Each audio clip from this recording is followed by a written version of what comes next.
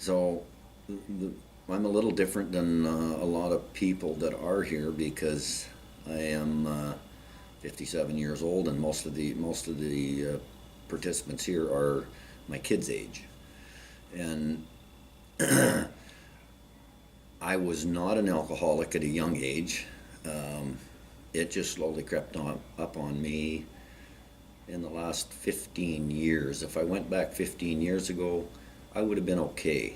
If I would have thought, hey, and I did have those thoughts like, man, I'm drinking quite a bit, but there was always somebody stopping in, or it just happened to be at that time that I had a lot of younger people that I was and I'm not friends with, but associated with through what I do, and it was quite common to have only 2 days without a drink. But I never had runaways, and so it got to the point that at the end of a tough day, I'd think, man, a drink is gonna, just gonna be good and relax me, and I can't wait to get to that time to have a drink. I started to recognize that I was doing that more often, and thought, like, I better be careful. But I wasn't careful. It carried on, and then came the time that I had, and I never drank alone. That was just not a thing to do, and I don't remember the first time I took a drink alone, but it felt good, and of course I had two or three, and it was two or three then, and okay, that's enough, and so that went on for another year, kind of like that, where I wasn't overindulging, but I was indulging too often. I don't know if I say every day, but pretty close. And then it started to get just worse, where I'd be looking forwards to it uh, earlier than the end of the day. Not at the beginning of the day, but by late afternoon. And so I started to have a drink in late afternoon, thinking the day is just about over and I can continue working. The bad thing is I'm self-employed, so I didn't have to answer to anybody or worry about it that way. And my wife probably, well, I know she realized that it was an issue long before I did. And of course, I did the same thing that everybody else does and talk it down. And it's not a problem. And it's just a stress reliever. That's all. So yeah, the whiskey did its job. It relieved my stress. But as it got worse, you start telling yourself, okay, I'm not functioning properly the next morning, and I have to quit doing this. I'm not going to do it anymore. So that may work for a day or two, or none, or 5 days, but then you say, well, I didn't have a drink for a day or two, so I should be fine. No, you're not, yeah, because you reward yourself with that drink, and for the next however long you keep doing the same pattern. And when I was bad for isolating myself, because I didn't want anybody to know actually how much I was consuming. And if I could isolate myself, then that's great. I can drink by myself, and I can drink how much ever I want. And of course, the next day comes along, and you're beating yourself up because you were such an idiot for doing what you did. And following that, pretty well, you start noticing your family life, for me, was getting distant, and you deny it, but you realize it on one hand, but you still carry on doing the same stupid thing. And my wife called me an alcoholic, and not to be rude, not to be mad. We were discussing things, and she kept saying that word. I call it that word. And I wouldn't argue with her, but in my mind, I'm thinking, that's not right, but I just don't want to carry this conversation on too long, so I'll just listen, and somehow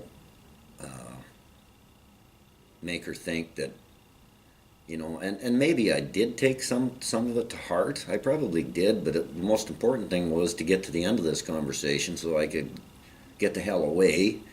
And sure, I'd come away thinking, I gotta smarten up, like it didn't even have to be a day. That we could have had that talk at noon or at 1 o'clock, and at 5 o'clock I was having a drink again.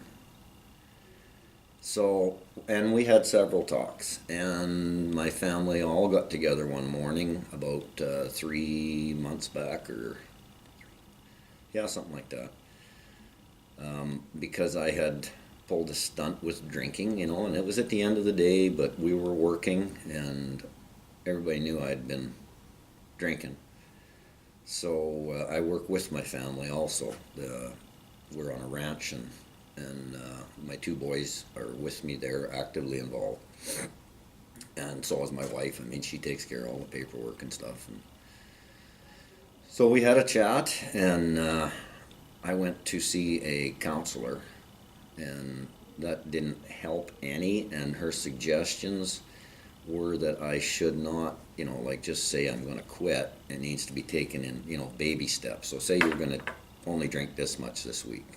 And when you get there, it might take you 2 weeks to go a little further. You might sit there for a little longer. And I wish she could take this course, because that's not the way it goes. It's nothing or all with us alcoholics. That's just the way it is. So, no, I went to the counselor, and it just bought me some time, is all it did. And so, yeah, I took the baby steps and thought I was doing good. I actually would go for 2 or 3 days without a drink, and then I would go for 2 or 3 days with drinking, and then, okay, now I got to get back to this. And in the end, I just ended up drinking every day. So that didn't work. So I was hiding it a little bit better, but they knew. So I pulled one last stunt, and I knew too by this time. I just didn't want to admit it. And we had another family meeting, and that's what got me here. And I really thank God for my family and getting me here. And so that leads right into, the treatment that we get here. I didn't know what to expect. I'd never looked at the big book of AA, or so it's a rehab dry out center. So obviously there's going to be no booze. But I had no idea as to what that they were gonna treat the sober person, I guess I'm gonna say. Not so much the drinking. And it's unbelievable what you learn here about yourself, where you came from and where you went to. When you recognize that, it's eye-opening is an understatement. It's world-changing. It's just when you see the person you were and where you could have went from there to the person you could have took this road, and you took this one, and it had a dead end, I guess. I don't know if it's a dead end, but it took you down a whole loop backwards, and we had to get back to this spot so we could move forwards. I guess that's the easiest way to describe it. But when you've seen your life in here, and you realize how many people you affected, and it's not the number of people, it's who the people were, and it's always the closest ones to you. And for me, it was mostly one friend that I wasn't even I couldn't call him my best friend. He's a family friend. And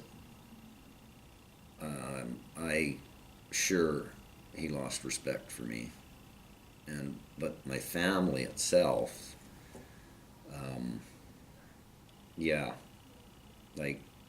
just I guess I was just an asshole when I drank. And those are the people I hurt. The one I hurt worst would be my wife, because she was honest about it with me, and she didn't try and cover it up, but she would try and not talk about it so she didn't have to lie about it. And I really, really harmed her mentally, and it turned physically because she's got ulcers and she gets headaches. I mean, she always did have a headache issue, but man, I just added to that. And so coming here and learning and looking back into it, I mean, you got no choice. You start writing stuff down and you think, wow. First of all, you write down, I guess you make yourself aware of actually that you are an alcoholic. And I got to step back here a little bit, because denial of being an alcoholic. I went to 3 AA meetings basically to satisfy, my wife, and back in June. And I hadn't the knowledge of the big book, or, I went there and I heard some people's stories, and my wife asked me, what do you think, after we left, and because she was there, it was an open meeting. And I said, well, it's a real eye-opener, and, I sure as hell don't want to end up where, some of the stories they told me took them. And so I went to 2 more, and I found that I just couldn't apply it, I guess. So I just quit going. And here, it happens quick enough, I'm going to say, that if I was to try and do this with a sponsor, and only by myself with a sponsor, it would take way too long. Because somewhere in between and how long it's going to take, I'd have talked myself into having a drink. Here you don't have that choice. It is overwhelming, but it's only because your mind is finally functioning properly, and you start to see everything, how you were living life in a drunk state. And I read a thing this morning there in one of our meetings, that we just choose what we want to read, and it was in the big book, and usually I take something out of another book, and it said AA does not teach us about our drunkenness. I'm wording this not quite like the book, but it teaches us about our sobriety and how to handle that. It doesn't teach us how to handle our drinking issue. It teaches us how to handle our sober body. And that's what it does. And first of all, you got to go back and see, where you were at, which is pretty painful.